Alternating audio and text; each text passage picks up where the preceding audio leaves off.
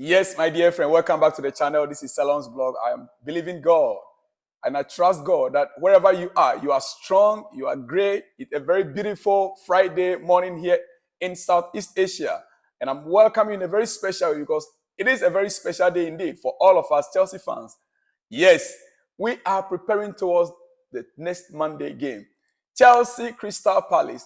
Currently, well, the news coming out from Crystal Palace camp is actually not a great one. Most of their stars, like Oli said, Guehi, they are all not fit to face Chelsea on Monday night, according to the coach. Well, we wait to see whether it is true or not. But now Chelsea, yesterday they had a rest, and today they'll be going back to the pitch at Cobham for training in anticipation of Monday night football. That'll be Monday night in Europe and in Africa. But hey, we are going to be watching it on Tuesday morning. So I have to keep awake again, my dear friend. Well, it is my job and I'm happy to do so.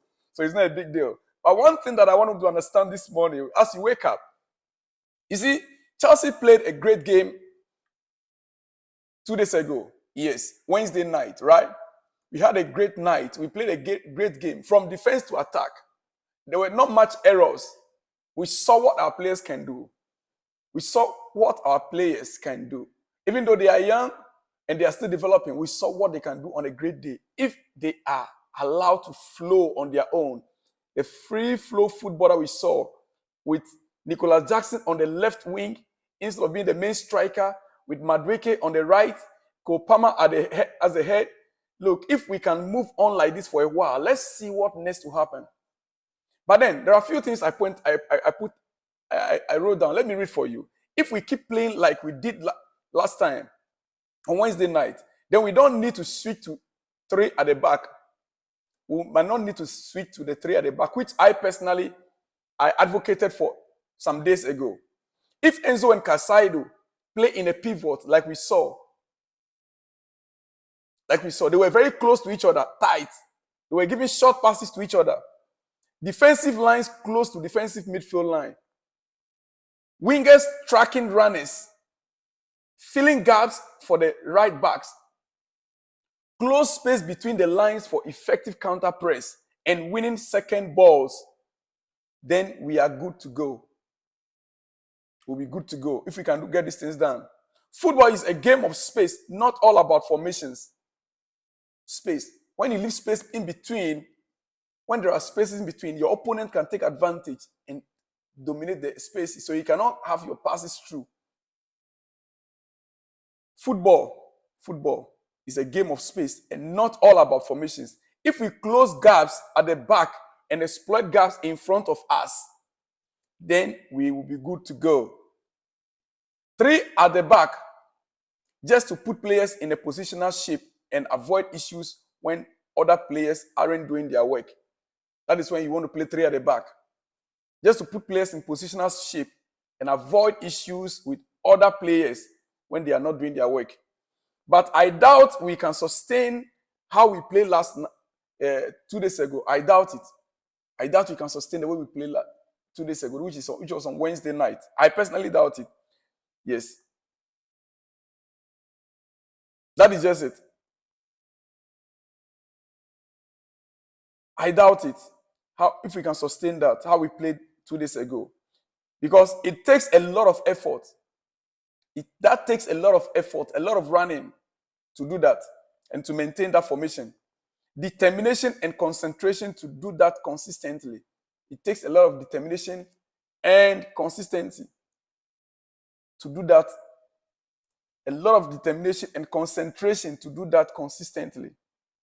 A 3 at the back makes the shape a lot easier to manage in games. 3 at the back makes the game a lot easier to manage in games. But then, what we played on Wednesday night, if we can sustain that consistently, we are good to go. Otherwise, they will have to reverse to the 3 at the back. Personally, right now as I'm speaking, I would have still preferred that against Crystal Palace, we go the same way we went on Wednesday. Let's see. I even want the first 11 to continue doing their job. The same players. Let's see what happens then. Let's see. You see, many pundits came out talking a lot about Chelsea. Many of them, because of the way we played on Wednesday night.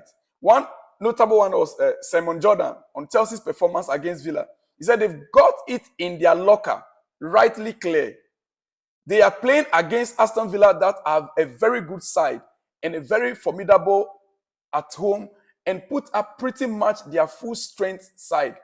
Aston Villa put up their full squad, their full strength at their home. And Chelsea bashed him up. Yeah, Chelsea outplayed them. It just shows you that within reason, Chelsea had the capability. We have the capability to match any good side in the EPL. We had the capability. Listen, let me move a bit further to our goalkeeping department. What we've seen in Petrovic in recent times, in fact, since he took over from Sanchez, I am of the view that he remained our number one. In this game against Aston Villa, he made 4 successful saves, 3 out of 3 successful throws, 2 times acted sweeper, 23 out of 29 successful passes, 5 out of 10 successful long balls, 38 touches. That was his statistics. And so when we are talking about the outfield players, I want to remind us also of the Petrovic, the goalkeeping department. The job he did, he also saved us from receiving more goals. The saves he made, 4 successful saves. That is Petrovic. Keep that also in mind whilst we are working on the team. Ladies and gentlemen, this is your breakfast I'm serving you. This is your breakfast. Now, Enzo Fernandez was in the news recently that he is desiring to leave Chelsea, but his agent came up and said it categorically that his client is never interested in leaving Chelsea. And this is what he said. Perez, Enzo Fernandez's agent, he said, Enzo's desire is to stay at Chelsea and win trophies. We didn't discuss with any other club. It's not true. For sure, he would love to see Chelsea in different positions, but this is something that will happen with hard work. With hard work. And so the news around the player that he's desiring to leave Chelsea is not true. It is not true, my dear friend. All right. Another great ESPN pundit. You know, this guy, they fail to give us credit. They don't want to give Pochettino any credit.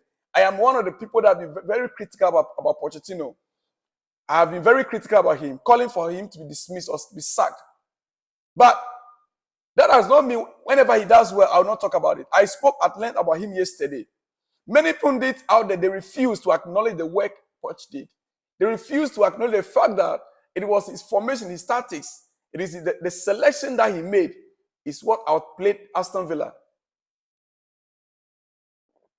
It was the decisions he made on a starting 11 is what caused the damage to Aston Villa. They refuse to acknowledge that. They don't want to say, oh, the coach did well when he did well. All they want is Chelsea is not doing well. But when Chelsea has done well, they should be able to appropriate the how do you call it? The praise to who the praise is due. The players, they did quite well. Yes, who selected them is the coach. This is what Craig Burley has to say about Chelsea on ESPN. He's a ESPN, one of the ESPN talk shows. He said, if I was Chelsea, I would have to ask myself a question. If I want to be back among the big boys, is Ivan Toney going to be the answer? Really? Is he at that level? I don't think so. I think Chelsea will go with someone more perceived gravitas. Someone with more perceived gravitas. Victor Osimhen, a big name. Dear friend, on that note, Victor Osimhen, the big name. You see the way I went about it because I don't want you to suspect me talking about Victor Osimhen. Yesterday, I made mention of Victor Osimhen and I said that in this AFCON, he did not score any goal. Sorry, my throat. Yes, I might be wrong, but many of you have corrected me in the comment section, which I have to admit. The statement I made yesterday, I'm not trying to say in any way that Chelsea should not sign Victor Osimhen. No, he is still my number one choice. But as an analyst, I still have to bring out issues for discussion. And I like the way you responded. I appreciate your responses. And I want more of your responses. Whenever I make a mistake, even correct me. Sometimes it might be intentional.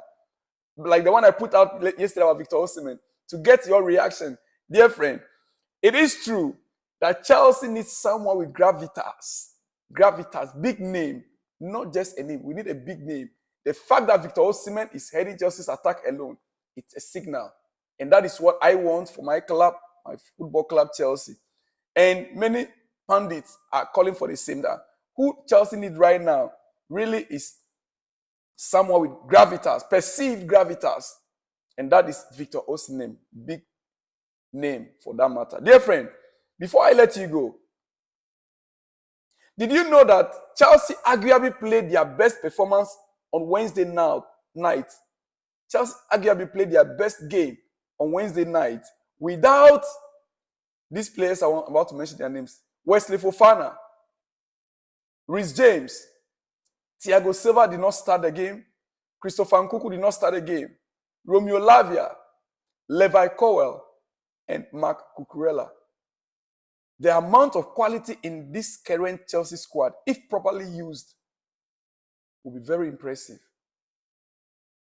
The amount of names, the quality in this squad, looking at those that were not even available because of injury. Only Thiago Silva, no injury, and then Christopher Nkunku. They were fit, but they did not start the game. The kind of quality we have in this, if Chelsea want to make proper use of them, my dear friend,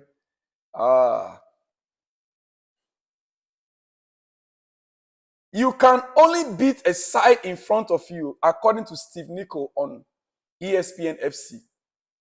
This is a complete head scratcher. It's one thing to play a game and to lose it, but there is one thing to play a game and lose it in a manner they did. Who did lose the game? Aston Villa. This is on ESPN. I mean, this is an FA Cup tie. You've got a packed house. That is the stadium was packed for Aston Villa. You've got a fan base. They can't wait to get behind you, but you give them absolute nothing. It was absolute nothing from the start to the 90th minute. They started when they got the goal. That is a complete head scratcher. I mean, you got to question Unai Emery. We have always seen how great he is with his tactics and everyone else. This, to me, was about mind management. How could he got his team up for this game? How could he not get his team up for this game? Many are still surprised why the coach of Aston Villa could not get his team ready for this game. It was all about the mind, mentality, which Malo Gusto talked about, that the coach told them about the mindset. Dear friend, on this note, I would like to let you go, and I will see you in the next one as soon as there are more exclusives. This is your morning breakfast news. Yes, on Salon's blog.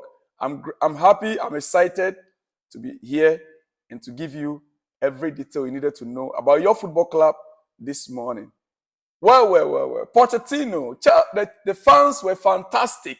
We need to stop thinking we are the Chelsea from the last 20 years because we are not this Chelsea. We need to move on. Enzo showed why he is here.